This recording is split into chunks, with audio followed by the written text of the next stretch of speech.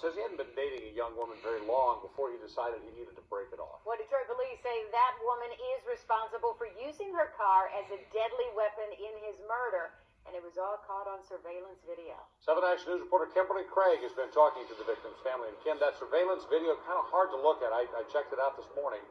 Yeah. But it seems to point to clear intent.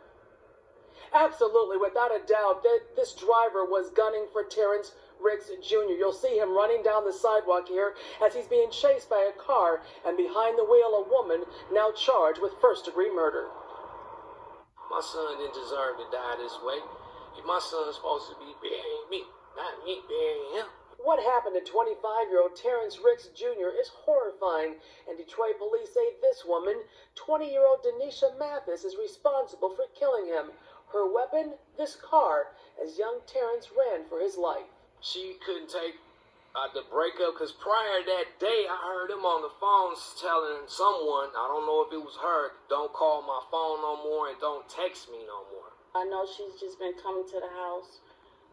She will pull in the driveway and she'll say hi, but other than that, no.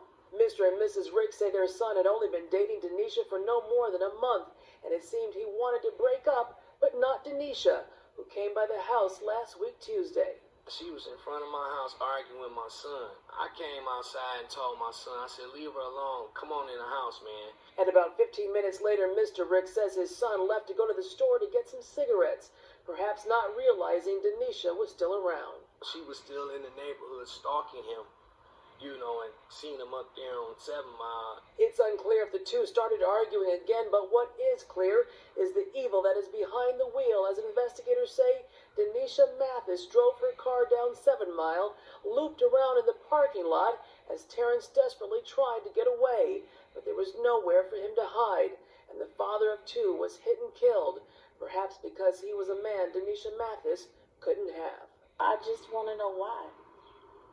I want to know why. And Terrence Ricks Jr. was killed over a week ago, but his family can still not plan his funeral just yet because they simply cannot afford it. If you'd like to help, we'll have a link on our website at wxyz.com. Reporting live on the city's west side, Kimberly Craig, 7 Action News. Back to you, 20 Boy, your hearts go out for those parents sitting right there. I mean, just vicious, Kim. I don't know. It's very heartbreaking. Yeah. I just wanted to also tell you that he leaves behind 2 children. Back to you.